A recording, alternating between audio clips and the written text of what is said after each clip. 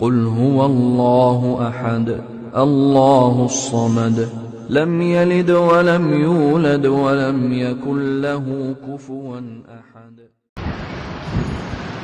إن الحمد لله نحمده ونستعينه ونستغفره ونؤمن به ونتوكل عليه ونعوذ بالله من شرور أنفسنا ومن سيئات أعمالنا. من يهده الله فلا مضل له ومن يضلل فلا هادي له وأشهد أن لا إله إلا الله وأشهد أن محمدا عبده ورسوله. أما بعد فقد قال الله تعالى يا أيها الذين آمنوا اتقوا الله حق تقاته ولا تموتن إلا وأنتم مسلمون. وقال الله تعالى في آية أخرى يا أيها الناس اتقوا ربكم الذي خلقكم من نفس واحدة وخلق منها زوجها وبث منهما رجالا كثيرا ونساء واتقوا الله الذي تساءلون به والأرحام إن الله كان عليكم رقيبا. وقال الله تعالى في آية أخرى يا أيها الذين آمنوا اتقوا الله وقولوا قولا سديدا يصلح لكم أعمالكم ويغفر لكم ذنوبكم ومن يطع الله ورسوله فقد فاز فوزا عظيما. وقال نبينا صلى الله عليه وسلم اللهم صل على محمد وعلى آل محمد كما صليت على إبراهيم وعلى آل إبراهيم إنك حميد مجيد. اللهم بارك على محمد وعلى آل محمد كما باركت على إبراهيم وعلى آل إبراهيم إنك حميد مجيد. رب اشرح لي صدري ويسر لي أمري واحلل عقدة من لساني يفقهوا قولي. புகழும் புகழ்ச்சியும் ஏகிரனாகி அல்லாஹ் ஒருவனுக்கே உரித்தாக்கி அவனது அன்பும் அருளும் இவ்வுலகிற்கு இறுதியாக அனுப்பப்பட்ட முஹம்மது நபி ஸல்லல்லாஹு அலைஹி வஸல்லம் அவர்கள் மீதும் அன்னாரின் அடிச்சுவட்டை அப்படியே பின்பற்றி வாழ்ந்த உத்தம சத்திய சஹாபாக்கள் சஹாபி பெண்களின் மீதும் தாபிகள் மீதும் தபா தாபிகள் மீதும் மற்றும் இந்த அவையில் அமர்ந்திருக்கின்ற உங்கள் மீதும் என் மீதும் உங்களுடைய குடும்பத்தார் மீதும் என்னுடைய குடும்பத்தார் மீதும் என்றென்று நின்று நிரந்தரமாக இந்த நல்ல நாளில் எப்படி நாம் அனைவரும் ஒன்று கூட்டினானோ அதே போல் நாளை மறுமையில் உயர்ந்த சொர்க்கமான ஜன்னத்துல் ஃபிர்தௌஸ் எனும் சொர்க்கத்தில் உங்களையும் என்னையும் உங்களுடைய குடும்பத்தாரையும் என்னுடைய குடும்பத்தாரையும் ஒன்று கூட்டுவானாக என்று பிரார்த்தனை செய்தவனாக இந்த ஜும்மாவுடைய முதல் உரையை ஆரம்பம் செய்கின்றேன். அன்பார்ந்த சகோதர சகோதரிகளே, ஒரு அடியானுக்கு பல நிலைகள் உண்டு. அந்த நிலைகள் எல்லாம் அந்த அடியான் எப்படி அணுக வேண்டும் என்று அல்லாஹ்வும் அல்லாஹ்வுடைய தூதர் ஸல்லல்லாஹு அலைஹி வஸல்லம் அவர்களும் சொல்லி தந்திருக்கிறார்கள். ஒரு அடியானுக்கு பல நிலைகள் இருக்கின்றது. அந்த நிலைகளை எவ்வாறு அணுக வேண்டும், எவ்வாறு அணுகக்கூடாது என்பதை இந்த இஸ்லாமிய மார்க்கம் நம்மளுக்கு தெளிவாக சொல்லி தந்திருக்கிறது. உதாரணமாக இன்பம் துன்பம், இந்த இன்பத்தையும் துன்பத்தையும் எவ்வாறு அணுக வேண்டும், எவ்வாறு அணுகக்கூடாது என்பதை இந்த இஸ்லாமிய மார்க்கம் அழகாக சொல்லி தந்திருக்கின்றது. இந்த இன்பம் துன்பம் மனிதனுடைய வாழ்க்கையில் மிகவும் ஒரு முக்கியமான ஒரு அம்சமாக அமைந்திருக்கின்றது. இன்பம் இருக்கும், அதே மாதிரி அதற்கு ஆப்போசிட்டாக ஒரு மனிதனுடைய வாழ்க்கையில் என்ன இருக்கும், துன்பம் இருக்கும். இது மனிதனுடைய இயல்பு. அல்லாஹ் சுப்ஹானஹு வ தஆலா அப்படித்தான் மனிதனை படைத்திருக்கின்றார். ஒரு மனிதனுக்கு இன்பம் கொடுத்திருக்கான் என்று சொன்னால் அந்த மனிதனுக்கு இன்பம் மட்டுமே வாழ்க்கையில் இருக்காது. ஒரு கட்டத்தில் அவனுக்கு என்ன செய்யும், துன்பம் என்ன செய்யப்படும், ஏற்படும். ஒரு மனிதனுக்கு துன்பமே வாழ்க்கையாக இருந்து விடாது. மனிதனுடைய இயல்பு அப்படித்தான் அல்லாஹ் சுப்ஹானஹு வ தஆலா படைத்திருக்கின்றார். ஒரு மனிதனுக்கு துன்பம் கொடுத்திருக்கிறான் என்று சொன்னால் அதற்கப்புறம் வரக்கூடிய வாழ்க்கை அப்படித்தான் இருக்கும், இன்பமாக என்ன செய்யும் இருக்கும். அப்ப இந்த இன்பத்திலும் துன்பத்திலும் எவ்வாறு இருக்க வேண்டும் என்பதை ரசூல் ஸல்லல்லாஹு அலைஹி வஸல்லம் அவர்கள் நம்மளுக்கு அழகான வழிமுறைகளை காட்டி தந்துள்ளார்கள். சஹாபாக்களும் எப்படித்தான் வாழ்ந்தார்கள், இந்த இன்பத்திலும் துன்பத்திலும் ரசூல் ஸல்லல்லாஹு அலைஹி வஸல்லம் அவர்கள் கட்டுப்பட்டு வாழ்ந்தார்கள். உதாரணமாக உபாதத் பின் சாமித் ரலியல்லாஹு அன்ஹு அவர்கள் சொல்கிறாங்க, அதாவது ரசூல் ஸல்லல்லாஹு அலைஹி வஸல்லம் அவர்களுக்கு பைஅத் செஞ்சு கொடுக்குறாங்க. எந்த மாதிரி பைஅத் செஞ்சு கொடுக்குறாங்க, நாங்க இன்பமான நேரத்திலும் துன்பமான நேரத்திலும் ரசூல் ஸல்லல்லாஹு அலைஹி வஸல்லம் நாம் என்ன செய்வோம், கட்டுப்படுவோம் என்று அந்த உபாதத் பின் சாமித் ரலியல்லாஹு அன்ஹு அவர்கள் அப்போ நாம் இன்பமான நேரத்திலும் சரி துன்பமான நேரத்திலும் சரி ரசூல் ஸல்லல்லாஹு அலைஹி வஸல்லம் கட்டுப்பட்டவர்களாக என்ன செய்ய வேண்டும், இருக்க வேண்டும். அழகான ஒரு உதாரணத்தை பாருங்க. துன்பமான நேரத்தில் ரசூல் ஸல்லல்லாஹு அலைஹி வஸல்லம் கட்டுப்பட்டு சஹாபாக்கள் நடந்தார்கள். ஒரு அழகான ஒரு உதாரணம். ரசூல் ஸல்லல்லாஹு அலைஹி வஸல்லம் அவர்களுடைய விருந்தாளி என்ன செய்யறாங்க, வீட்டுக்கு வந்திருக்கிறாங்க. அப்போ ரசூல் ஸல்லல்லாஹு அலைஹி வஸல்லம் அவர்களுடைய வீட்டுல என்ன செய்யல, உணவு இல்லை.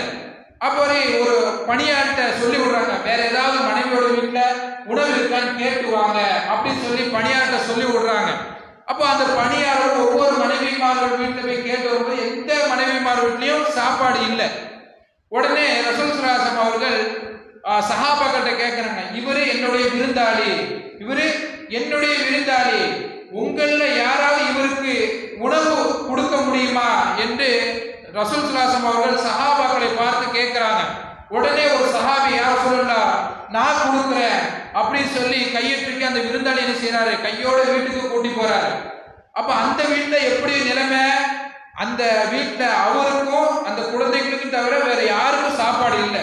கொஞ்சம் தான் இருக்கு சாப்பாடு, நிறைய சாப்பாடு கிடையாது. துன்பமான நேரம் இது, ஒரு சோதனை காலகட்டம். இந்த சஹாபியை பொறுத்துதான் அல்லாஹ் சுப்ஹானஹு வ தஆலா என்ன செஞ்சா, இந்த சஹாபிக்காக ஒரு வசனத்தை இறக்கி வச்சான். அவ்வளோ பிரபலமான ஒரு சஹாபி இவரு. அப்போ இந்த சஹாபி கூட்டி போனோடனே அந்த மனைவி சொல்றாங்க, தனியா அழைச்சிட்டு போய், இந்த மாதிரி உங்களுக்கும் எனக்கும் இந்த குழந்தைகளுக்கும் தவிர வேற எந்த சாப்பாடும் மிச்சம் இல்லையே, வீட்டுல கொஞ்சம் தானே இருக்கு, நீங்க போய் கூட்டி வந்துட்டீங்களே அப்படின்னு சொல்றாங்க. அந்த சஹாபி சொல்றாரு, நான் ரசூலுல்லாஹ்வுக்கு வாக்கு கொடுத்துட்டேன், ரசூலுல்லாஹ்வுக்கு வாக்கு கொடுத்துட்டேன், அதனால என்ன செய், இந்த குழந்தைகளை எப்படியாவது தூங்க வச்சிரு, தூங்க வச்சுட்டு எங்க ரெண்டு பேருக்கும் சாப்பாடு எடுத்து வச்சுட்டு வர மாதிரி வா, வந்து அந்த விளக்கையும் அணைச்சிரு, நான் என்ன செய்யறேன் அந்த சாப்பாடை ஃபுல்லா அவருக்கு கொடுத்துட்டு அவர் சாப்பிடட்டும் வயிறார, நாம என்ன செஞ்சிருவோம் பட்டினியா இருந்துக்கிறோம் சொல்லி அந்த நிலையில ரசூல் ஸல்லல்லாஹு அலைஹி வஸல்லம் சொன்னதுக்கு என்ன செஞ்சார், கட்டுப்பட்டார்கள். எந்த நேரத்தில், துன்பமான நேரத்தில், துன்பமா சோதனைக்குண்டான நேரம், பசி துன்பம், பசியால் அல்லாஹ் சோதிப்பான்னு சொல்லுவாங்கல்ல, அந்த சோதனை அந்த வீட்டுக்கு அல்லாஹ் என்ன செஞ்சா கொடுத்தான். இந்த நேரத்தில் ரசூல் ஸல்லல்லாஹு அலைஹி வஸல்லம் சொல்லிட்டாங்க, ஒரு எனக்கு என்னுடைய விருந்தாளிக்கு யாராவது சாப்பாடு கொடுக்க முடியுமா, யார் சொல்ல நான் கொடுக்குறேன்னு சொல்லி கட்டுப்பட்டு என்ன செஞ்சாங்க, அந்த சஹாபி அந்த விருந்தாளிக்கு என்ன செய்தார்கள், உணவு கொடுத்தார்கள். இதே மாதிரி தான் ஒவ்வொரு முஃமினும் என்ன எப்படி இருக்க வேண்டும், ஒரு துன்பமான நேரத்திலும் இன்பமான நேரத்திலும் ரசூல் ஸல்லல்லாஹு அலைஹி வஸல்லம் கட்டுப்பட்டவர்களாக இருக்க வேண்டும். ரசூல் ஸல்லல்லாஹு அலைஹி வஸல்லம் எந்த துன்பமான நேரத்தில் எப்படி இருக்க வேண்டும் நம்மளுக்கெல்லாம் சொல்லி தந்திருக்கிறார்கள். அந்த மாதிரி என்ன செய்ய வேண்டும், இருக்க வேண்டும். நம்மளை மட்டும்தான் அல்லாஹ் துன்பத்தில் உள்ளாக்கினானா, நம்மளை மட்டும்தான் அல்லாஹ் சோதனைக்கு உள்ளாக்கினானா? இல்ல, நபிமார்கள் அல்லாஹ் எல்லாத்தையும் என்ன செய்தான், அல்லாஹ் சோதனைக்கு உள்ளாக்கினான், துன்பத்தை கொடுத்தான். எல்லா நபிமார்களுக்கும் என்ன செஞ்சு வாழ்க்கையில சோதனை வந்துச்சு. ஆனா இப்ராஹிம் அலைஹிஸ்ஸலாம் மட்டும்தான் வாழ்க்கையை சோதனையாகத்தான் இருந்துச்சு. இப்ராஹிம் அலைஹிஸ்ஸலாம் அவர்கள் அந்த சோதனைகள் எல்லாத்தையும் உடைத்து என்ன செய்தார்கள், அதை சாதனையாக மாற்றி அமைத்தார்கள். அப்போ நாம் என்ன செய்ய வேண்டும், ஒரு முஃமினான ஒரு அடியான் எப்படி இருக்க வேண்டும், ஒரு துன்பமான நேரத்தில் ரசூல் ஸல்லல்லாஹு அலைஹி வஸல்லம் அவர்கள் என்ன சொன்னார்களோ அதற்கு கட்டுப்பட்டவர்களாக இருக்க வேண்டும். ஒரு முஃமினுக்கு சோதனை வருகிறது, துன்பம் ஏற்படுகிறது, அவன் எப்படி இருக்க வேண்டும், ஒரு முஃமினுக்கு அழகான ஒரு உதாரணத்தை ரசூல் ஸல்லல்லாஹு அலைஹி வஸல்லம் சொல்கிறார்கள். இந்த துன்பமான நேரத்துல கட்டுப்பட்டு அமைதியா காக்கிறான் பாருங்க, இந்த துன்பமான நேரத்தில் அவனுக்கு அழகான ஒரு உதாரணத்தை ரசூல் ஸல்லல்லாஹு அலைஹி வஸல்லம் சொன்னார்கள்.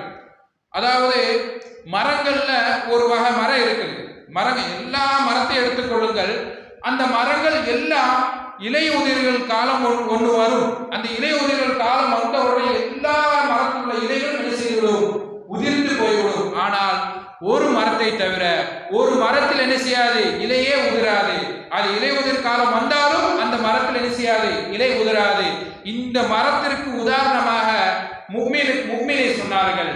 அந்த முஃமின் எப்படிப்பட்டவன், துன்பமான நேரத்தில் துன்பத்தை சகித்துக் கொண்டவன். அந்த துன்பத்தை சகித்துக் கொண்டவனுக்கு உதாரணமாக அந்த மரத்தை சொன்னார்கள். என்ன மரம் தெரியுமா, இப்னு உமர் ரலியல்லாஹு அன்ஹு அவர்கள் அறிவிக்கிறாங்க, அந்த மரம் என்ன மரம் என்று சொன்னால் அதுதான் பேரீச்சை மரம். பேரீச்சை மரத்துக்கு உதாரணமாக ஒரு முஃமினை சொன்னார்கள். அந்த முஃமின் எப்படிப்பட்டவன், தனக்கு ஏற்பட்ட துன்பத்தையும் சோதனையும் என்ன செய்வான், சகித்துக் கொள்வான். அப்ப அந்த சகித்துக் கொள்ளும் பொழுது என்ன செய்ய மாட்டான், அவன் தளர்ந்து விட மாட்டான். எப்படி ஒரு முஃமின் என்ன செய்ய மாட்டான், தளர்ந்து விட மாட்டான். அது சின்ன துன்பமாக இருந்தாலும் சரி, பெரிய துன்பமாக இருந்தாலும் சரி, என்ன செய்ய மாட்டான், தளர்ந்து போக மாட்டான். அப்போ அந்த எந்த காற்றடித்த எவ்வளோ பெரிய காற்றடிச்சாலும், எவ்வளோ இறையுதல் காலம் வந்தாலும் என்ன செய்யாது, அந்த பேரிச்ச மரத்தின் இலை எப்படி உதிராதோ அதே மாதிரி ஒரு உம்மின் அவனுக்கு ஏற்படக்கூடிய துன்பமும் சோதனையும் என்ன செய்வான், எவ்வளோ பெரிய துன்பமாக இருந்தாலும் சரி அவன் என்ன செய்வான், தளர்ந்து விட மாட்டான், தளர்ந்து போக மாட்டான். உள்ளத்தை என்ன செய்வான், ஸ்ட்ராங்காக பலமாக என்ன செய்து கொள்ளுவான், வைத்துக் கொள்வான். இப்படித்தான் ஒரு இறை நம்பிக்கையாளன் இருப்பான் என்று. ஒரு இறை நம்பிக்கையாளன் வாழ்க்கையில் அதிகமாக துன்பங்கள் தான் ஏற்படும். இது யதார்த்தம், அப்படித்தானே? ஒரு இறை நம்பிக்கையாளன் ஒரு முஸ்லீமாக நாம் ஏற்றுக்கொண்டோம் என்று சொன்னால், இந்த இஸ்லாத்தை ஏற்றுக்கொண்டோம் என்று சொன்னால் அவனுக்கு என்ன செய்யும், துன்பம் அதிகமாக ஏற்படும். அதுதான் ரசூலுல்லாஹி ஸல்லல்லாஹு அலைஹி வஸல்லம் சொன்னார்கள், முஃமினுக்கு இந்த உலகம் எப்படிப்பட்டது, சிறைச்சாலை என்று சொன்னார்கள். காஃபிருக்கு இந்த உலகம் எப்படிப்பட்டது, சொர்க்க சோலை என்று சொன்னார்கள். அப்போ முஃமின் இந்த உலகத்தில் இஸ்லாத்தை ஏற்றுக்கொண்டான்னு சொன்னா அவனுக்கு துன்பம் அதிகமாக வந்து கொண்டேதான் இருக்கும். எப்போ அவன் பிறந்ததிலிருந்து இறக்கும் வரை அவனுக்கு என்னதான், சோதனை வந்து கொண்டேதான் இருக்கும். அந்த சோதனை எப்படி இருக்க வேண்டும், அதைத்தான் ரசூலுல்லாஹ் சொன்னார்கள். ஒரு முஃமின் எப்படி இருக்க வேண்டும், துன்பம் ஏற்படும் பொழுது பொறுமையாக என்ன செய்ய வேண்டும், கையாள வேண்டும். எந்த துன்பமாக இருந்தாலும், சின்னதாக இருந்தாலும் சரி, பெருசாக இருந்தாலும் சரி, அந்த துன்பத்தை என்ன செய்ய வேண்டும், சகித்துக் கொள்ள வேண்டும். அதே மாதிரி இன்னொரு உதாரணத்தையும், அழகான ஒரு உதாரணத்தை ரசூலுல்லாஹி ஸல்லல்லாஹு அலைஹி வஸல்லம் சொல்கிறார்கள். ஒரு முஃமினுக்கு என்ன, ஒரு இறை நம்பிக்கையாளரின் நிலை இளம் தளிர் பயிருக்கு ஒப்பானதாகும். எப்படி ஒரு முஃமின் எப்படிப்பட்டவன், இளம் தளிர் பயிருக்கு ஒப்பானவன் என்று ரசூலுல்லாஹி ஸல்லல்லாஹு அலைஹி வஸல்லம் சொன்னார்கள். அந்த பயிர் எப்படிப்பட்டது, வேகமாக காற்றடிச்சாலும் சரி, சின்னதாக காற்றடிச்சாலும் சரி, அந்த பயிர் என்ன செய்யும், கீழே சாஞ்சி திரும்பி என்ன செய்யும், நேராக நின்றுவிடும். இதே மாதிரிதான் ஒரு முஃமின் இருக்க வேண்டும்.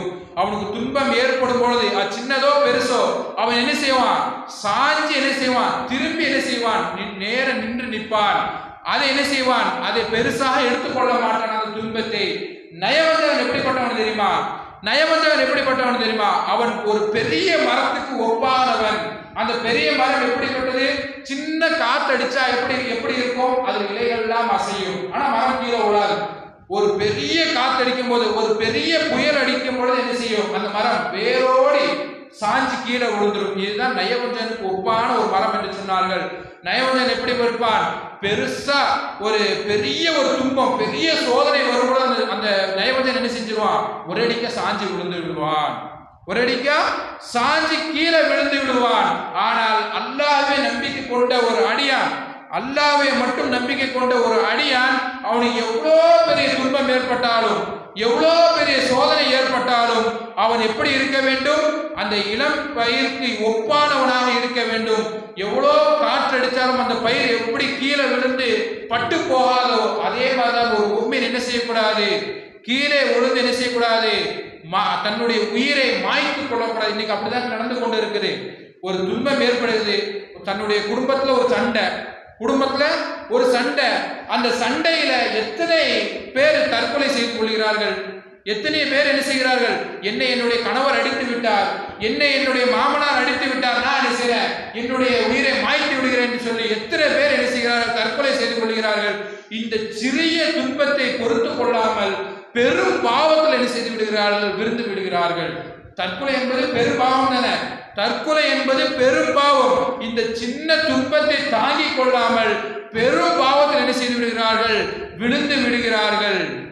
இது மட்டுமா, ஸ்கூல்ல எக்ஸாம் நடக்குது, அந்த எக்ஸாம்ல ஒரு பெண்மணி ஃபெயில் ஆயிட்டா, தோல்வி அடைந்து விட்டால், இந்த தோல்வியை பொறுத்து கொள்ளாமல், இந்த துன்பத்தை பொறுத்து கொள்ளாமல் அந்த பெண்மணி என்ன செய்கிறார், தன்னுடைய உயிரை மாய்த்து கொள்கிறார், தன்னுடைய உயிரை தற்கொலை செய்து கொள்ளக்கூடிய ஒரு நிலைமை அங்கே ஏற்படுகின்றது. ஒரு சின்ன துன்பத்தை கூட அவர்களால் என்ன செய்ய முடியவில்லை, தாங்கிக் கொள்ள முடியவில்லை. ஆனால் ரசூலுல்லாஹ் சொன்னார்கள், ஒரு முஃமின் ஒரு துன்பத்தை தாங்கிக் கொண்டான் என்று சொன்னால், அவனுக்கு ஒரு சோதனை ஏற்படுது என்று சொன்னால் அது அவனுக்கு நன்மையாகத்தான் முடிகிறது. ரசூலுல்லாஹ் சொல்றாங்க, ஒரு முஃமினுடைய காரியம் ஆச்சரியமாக இருக்கின்றது, ஒரு முஃமினுடைய காரியம் ஆச்சரியமாக இருக்கின்றது, ஆச்சரியத்தை அளிக்கின்றது. ஒரு முஃமினுக்கு இன்பம் ஏற்பட்டது என்று சொன்னால், ஒரு முஃமினுக்கு இன்பம் ஏற்பட்டது என்று சொன்னால் அந்த நேரத்தில் அல்லாஹ்வை புகழுகிறான், அது அவனுக்கு நன்மையாக மாறிவிடுகின்றது. அப்படித்தானே? ஒரு முஃமினுக்கு என்ன செய்யுது? ஒரு இன்பம் ஏற்படுகிறது, ஒரு சந்தோஷம் ஏற்படுகிறது. அந்த நேரத்தில் என்ன செய்கிறான்? அல்லாஹ்வை புகழுகிறான். அது அவனுக்கு நன்மையாக மாறிவிடுகின்றது. அதே மாதிரி ஒரு முஃமினுக்கு ஒரு துன்பம் ஏற்படுது என்று சொன்னால், ஒரு சோதனை ஏற்படுகின்றது சொன்னால், அந்த சோதனை சகித்து கொண்டான் என்று சொன்னால் அதுவும் அவனுக்கு நன்மையாக மாறிவிடுகின்றது. உதாரணமாக, ஒரு மனிதனுக்கு வெளியே சென்று கொண்டிருக்கிறார், அவனுக்கு ஒரு முள் காலில் குத்தி விடுகிறது, இதுவும் அவனுக்கு நன்மையாக மாறிவிடுகிறது. அந்த முள் குத்தின வேதனை இருக்கு பாருங்க, இந்த வேதனையால் அவனுக்கு என்ன செய்யப்படுகிறது?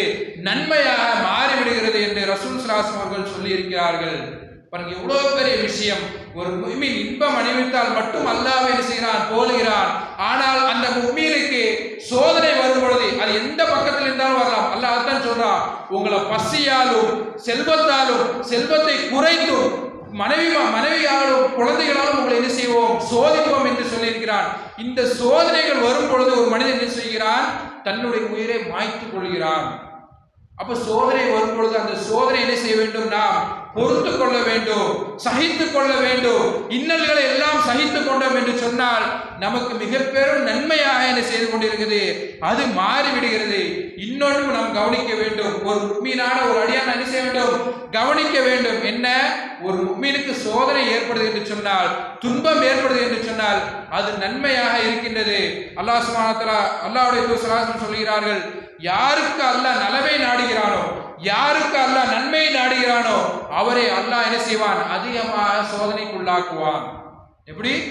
யாருக்கு அல்லாஹ் நன்மையையும் நலவையும் நாடுகிறானோ அவருக்கு அல்லாஹ் என்ன செய்வான்? அதிகமான சோதனைகளை கொடுப்பான். யாருக்கு அதிகமா சோதனை இருக்குதோ அவங்களுக்கு அல்லாஹ் என்ன செஞ்சுக்கிட்டு இருக்கான்? பின்னாடி நன்மையான காரியங்களை வைத்திருக்கான் என்று நினைத்துக் கொள்ளுங்கள். எனக்கு வாழ்க்கையில சோதனையா இருக்குதுப்பா, அதுக்கு மரணம் மட்டும்தான் என்ன செய்யாது? நிரந்தரம் கிடையாது. மரணம் மட்டும்தான் அதுக்கு தீர்வு கிடையாது.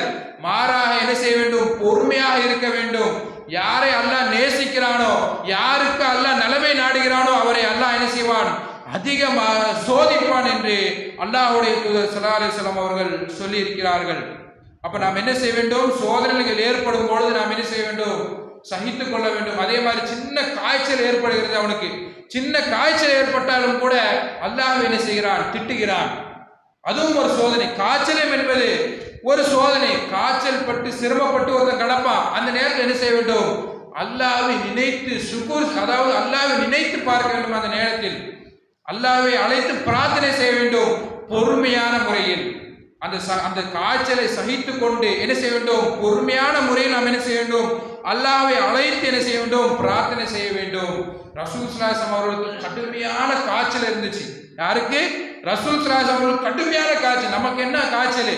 ஆனா ரசூல் ஸல்லல்லாஹு அலைஹி வஸல்லம் பல மடங்கு காய்ச்சல் ரசூல் ஸல்லல்லாஹு அலைஹி வஸல்லம் அவர்களுக்கு இருந்துச்சு. அந்த ரசூல் ஸல்லல்லாஹு அலைஹி வஸல்லம் அவர்களை சந்திப்பதற்காக அப்துல்லாஹ் இப்னு மஸ்ஊத் ரலியல்லாஹு அன்ஹு அவர்கள் செல்கிறார்கள். ரசூலுல்லாஹ்ட்ட கேட்கறாங்க, யா ரசூலுல்லாஹ், உங்களுக்கு காய்ச்சல் பல மடங்கு இருக்குதா? இந்த காய்ச்சல் உங்களால் தாங்க முடியலையா?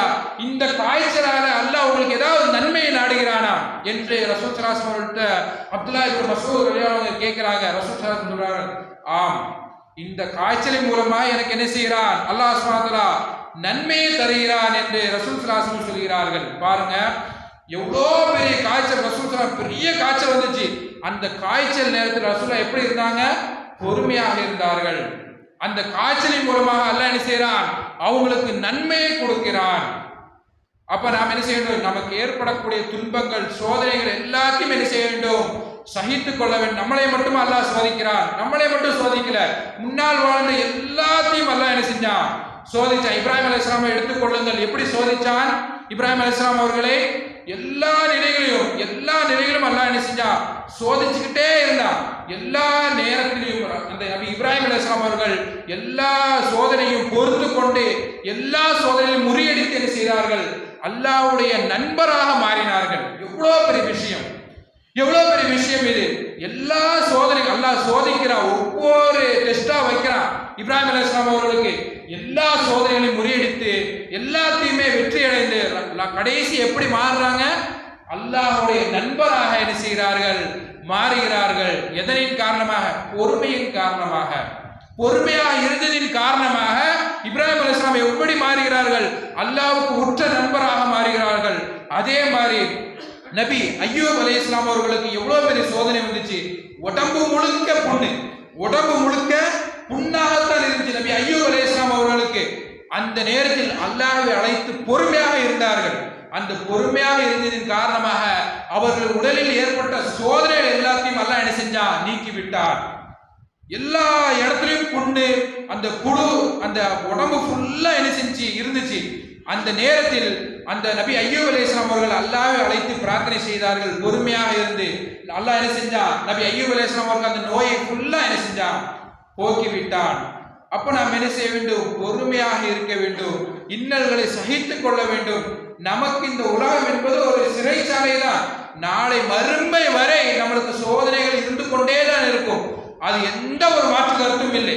இந்த இஸ்லாத்தை ஏற்றுக்கொண்டோம் என்று சொன்னால் அவனுக்கு சோதனைகள் இருந்து கொண்டே தான் இருக்கும். சோதனை இல்லாமல் நாம் என்ன செய்ய முடியாது, சொர்க்கத்திற்கு செல்ல முடியாது. அல்லாஹ் அதான் சொல்றான், உங்களுக்கு முன் இருந்தவர்கள் சோதனைப்பட்டது மாதிரி நீங்கள் சோதனைப்படாமல் சொர்க்கத்திற்குள் நுழைஞ்சிருந்தால் நினைச்சீங்களா? ஒருபோதும் முடியாது, ஒருபோதும் முடியாது. நபி அல்லாஹ் என்ன செய்வான், எல்லா மனிதர்களும் என்ன செய்வான், சோதனைக்குள்ளாக்குவான். அப்ப நாம் என்ன செய்ய வேண்டும், பொறுமையாக இருக்க வேண்டும். இன்னொரு உதாரணத்தை பாருங்கள்.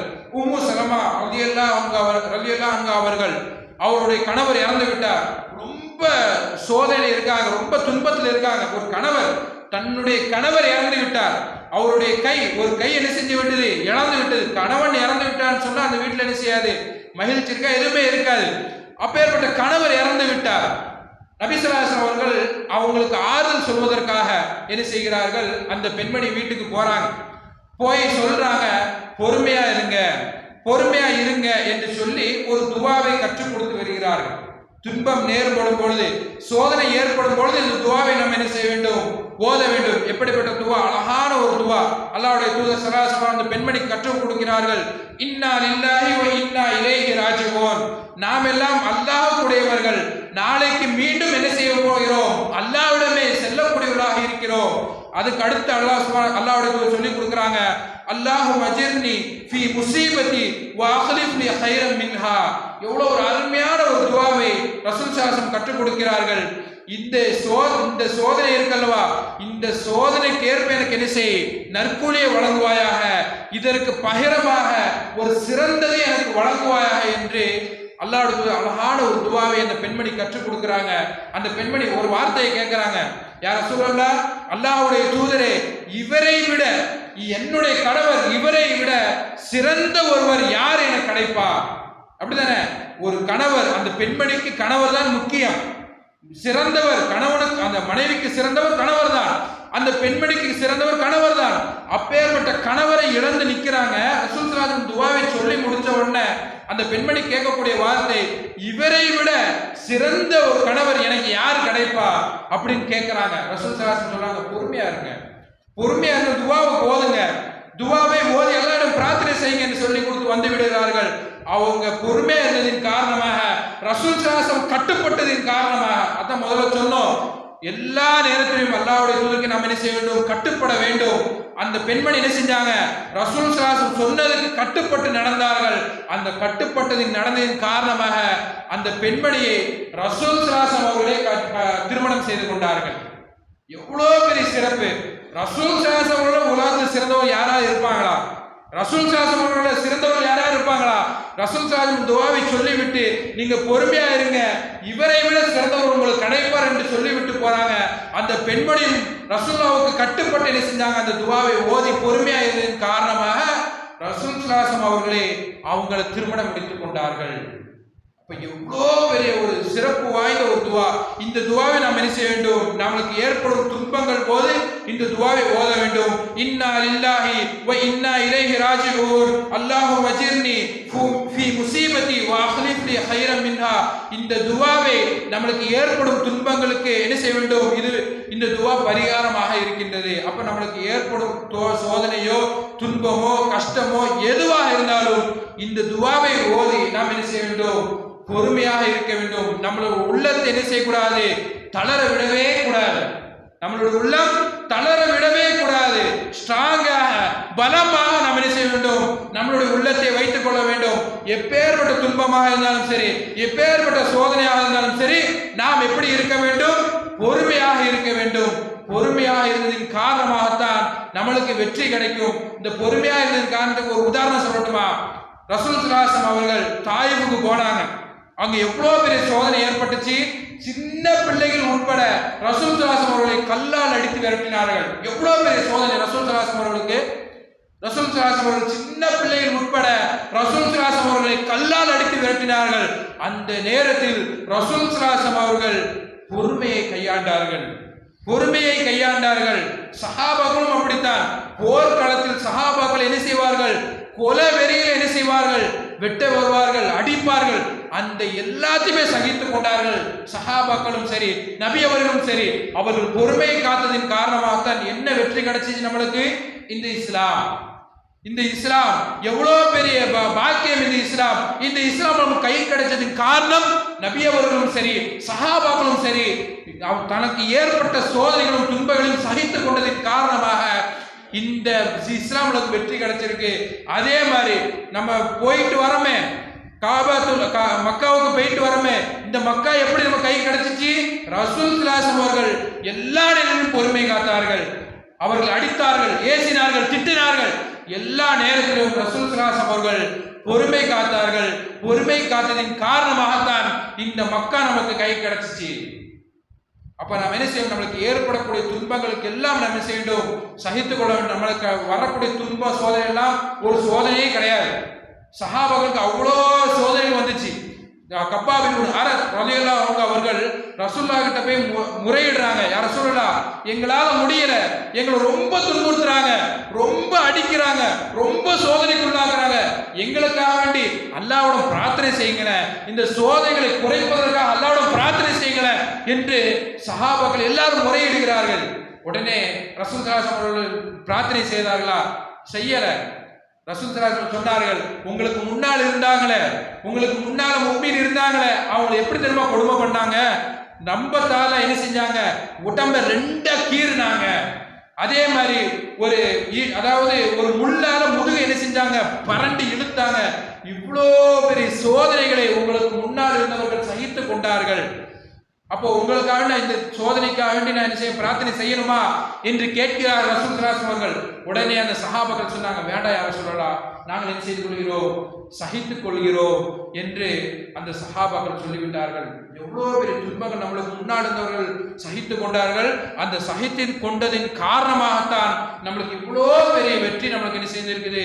கிடைத்திருக்குது. ஆகவே அன்பார்ந்த சகோதர சகோதரர்களே, நம்மளுக்கு ஏற்படக்கூடிய துன்பங்களாக இருந்தாலும் சரி, சோதனைகளாக இருந்தாலும் சரி, நாம் என்ன செய்ய வேண்டும்? பொறுமையாக இருக்க வேண்டும். நம்மளுக்கு எப்படி இன்பங்கள் ஏற்படும் பொழுது அல்லாஹ்வை நினைவு கூறுறோமோ, அல்லாஹ்வுக்கு ஷுக்ர் செலுத்துகிறோமோ, அதே மாதிரி நம்மளுக்கு ஏற்படக்கூடிய துன்பங்களாக இருந்தாலும் சரி, சோதனைகளாக இருந்தாலும் சரி, அல்லாஹ்வை அழைத்து நாம் என்ன செய்ய வேண்டும்?